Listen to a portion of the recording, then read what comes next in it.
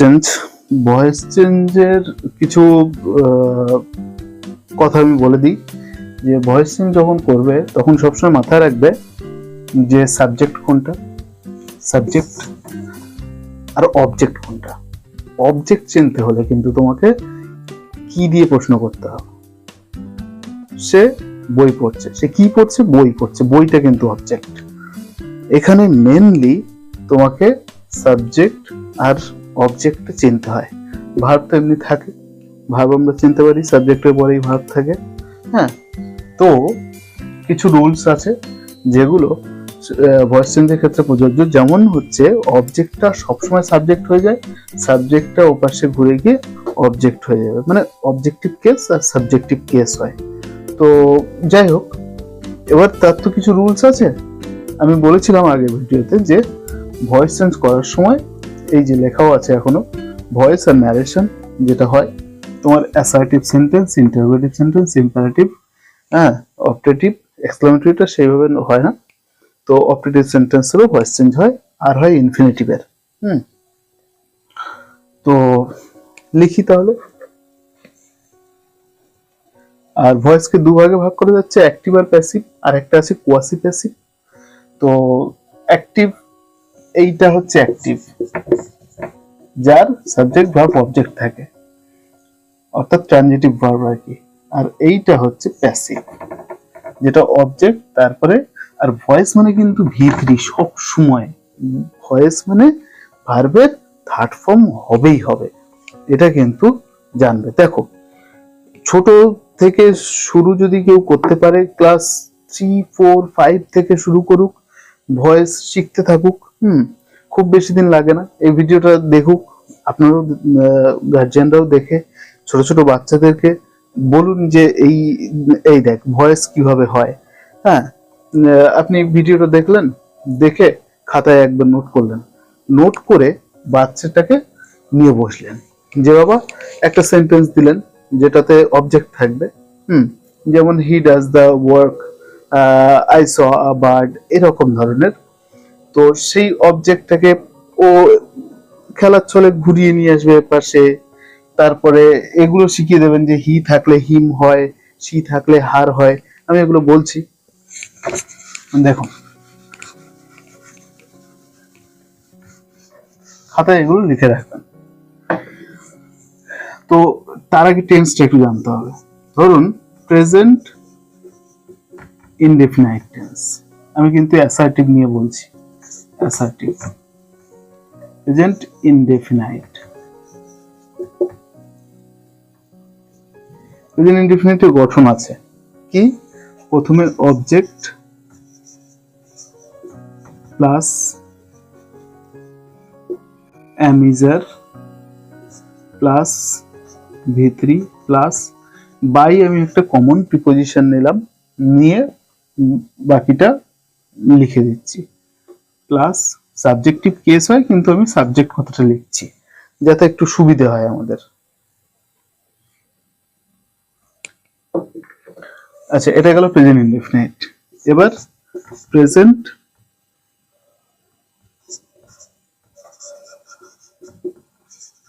Continuous,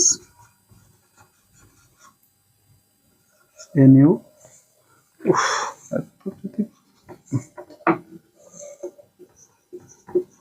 present continuous. তার গঠনটা কি? ওই অবজেক্ট প্লাস ওই অ্যামিজার, ও থাকছে, অ্যামিজার বলছি কারণ কি, হি থাকলে ইজ হবে, আই থাকলে অ্যাম হবে, দে থাকলে আর হবে, এরকম অবজেক্ট। বা এখানে যদি বলস থাকে আর হবে, বল থাকলে ইজ হবে, এরকম।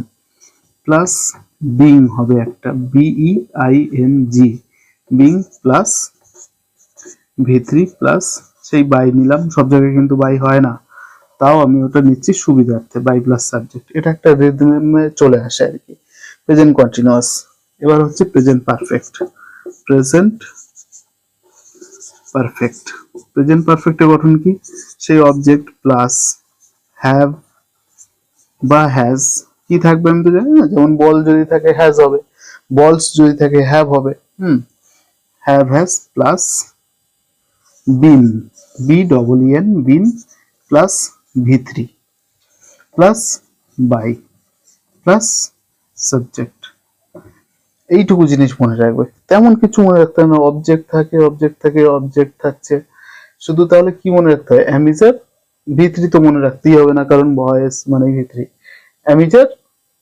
Am is are plus being, হ্যাভাস plus being, এইটুকু প্রেজেন্ট হলো। প্রেজেন্ট পারফেক্ট কন্টিনিউয়াস হয় না। সেম ওয়েতে পাস্ট ইনডেফিনাইট, দেখো আমি বেশি লিখছি না, এখানে পাস্ট করে দিলাম। পাস্ট ইনডেফিনাইট যখনই হচ্ছে আমি তখন অ্যামিজারটাকে মুছে দিয়ে কি করে দিচ্ছি, দেখো ওয়াজ বা ওয়ার, বাকি সব একই। এবার আমি এটাকে পাস্ট কন্টিনিউয়াস করে দিলাম। পাস্ট কন্টিনিউয়াস কি করব, সেই জাস্ট অ্যামিজারটাকে মুছে দিয়ে ওয়াজ বা ওয়ার করে দিলাম। পরেরটাকে আমি পাস্ট পারফেক্ট করছি। কত সহজ, এগুলো বুঝতে পারে না ছেলেমেয়েরা, এটাই হচ্ছে সমস্যা। কিন্তু একটুখানি অ্যাটেনশন দিলে you will be surely able to do any voice. It's not a big deal. দেখো পাস্ট পারফেক্ট, জাস্ট হ্যাভ হ্যাজটাকে মুছে দিয়ে আমি হ্যাড করে দিলাম, একটাই মাত্র, এসব জায়গায় বসে হ্যাড করে দিলাম। বুঝতে পারছো তো সবাই? আচ্ছা, আর একটু কমেন্ট করবে যে কোথাও প্রবলেম হচ্ছে বা কিছু, তাহলে ভালো হবে, আমারও ভালো লাগবে যে না কষ্ট করছি যখন সবাই শিখছে, এটাতে আমারও ভালো লাগবে। নাহলে নর্মালি বলে যাচ্ছি, সবাই স্ক্রল করে চলে যাচ্ছে, সেটাতে একটু খারাপই লাগে। তো যাই হোক, এই হচ্ছে পাস্ট পারফেক্ট। এই তিনটেই হয়, পাস্ট পারফেক্ট কন্টিনিউয়াস হয় না। আবার আমি ফিউচারে চলে যাচ্ছি। দেখো ফিউচার ইনডেফিনাইট, তোমরা কিন্তু খাতা পেন নিয়ে বসবে, খাতা পেনে সব লিখবে একদম। পরে ভিডিও দেখে মনে হলো যে লিখলে ভালো হতো, আর লেখা হবে না। ফিউচার ইনডেফিনাইট, তাহলে এই ওয়াজ ওয়ার্ডটাকে জাস্ট সব একই থাকবে।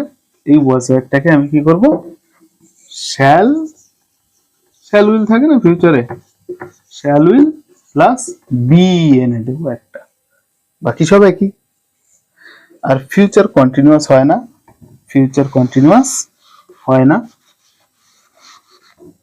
ফিউচার পারফেক্টটা শুধু হয়।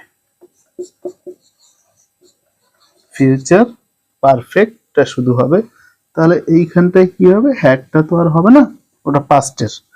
এখানে শ্যাল বা উইল প্লাস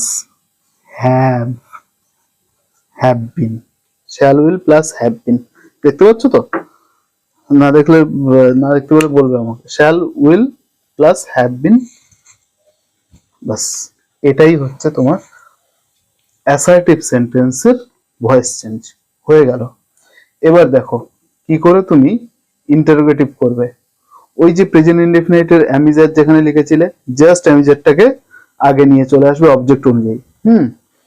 ওই যে প্রেজেন্ট কন্টিনিউয়াস লিখেছিলে অ্যামিজার প্লাস বিং, ওই অ্যামিজারটাকে জাস্ট আগে নিয়ে চলে আসবে অবজেক্টের। আচ্ছা, present continuous, present perfect, present past indefinite, past continuous, past perfect, সব কটার ওই ভার্ব গুলোকে এই যে শ্যাল বা উইলটা আগে চলে আসবে, জাস্ট আগে চলে আসবে, বাকি সব সেম থাকবে। যেমন একটা এক্সাম্পল দিয়ে বলি, না হলে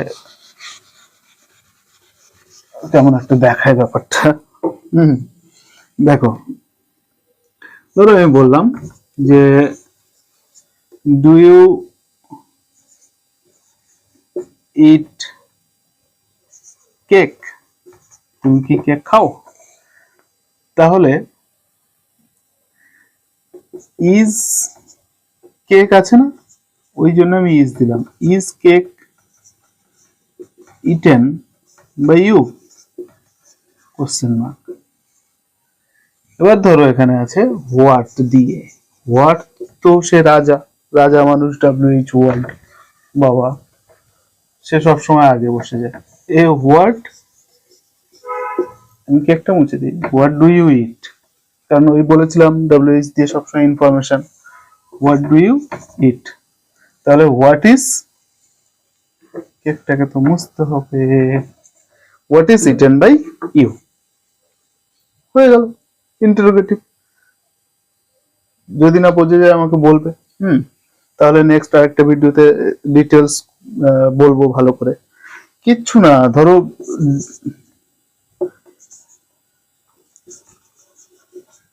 did they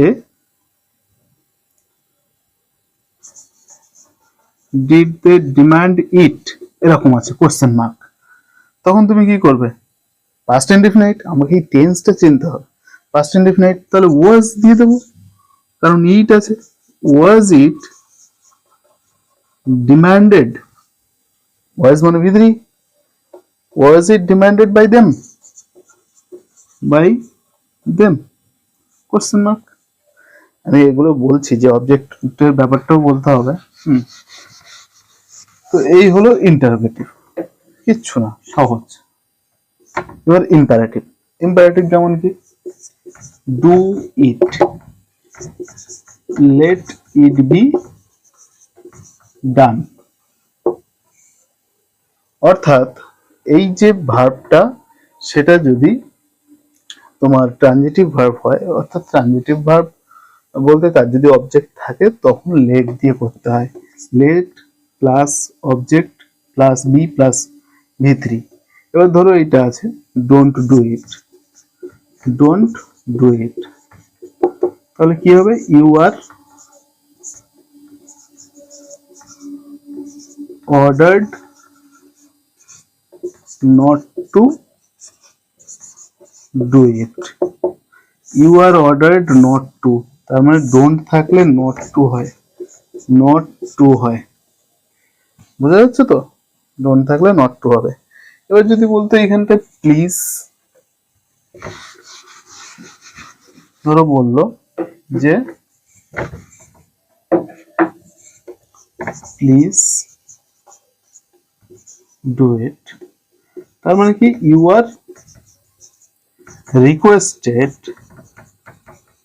you are requested to do ইট।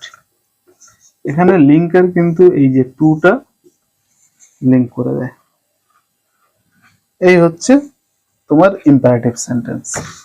এবার দেখো এক্সক্লেমেটরি তো হয় না সেরকম, অপটেটিভ, মে দিয়ে, মে গড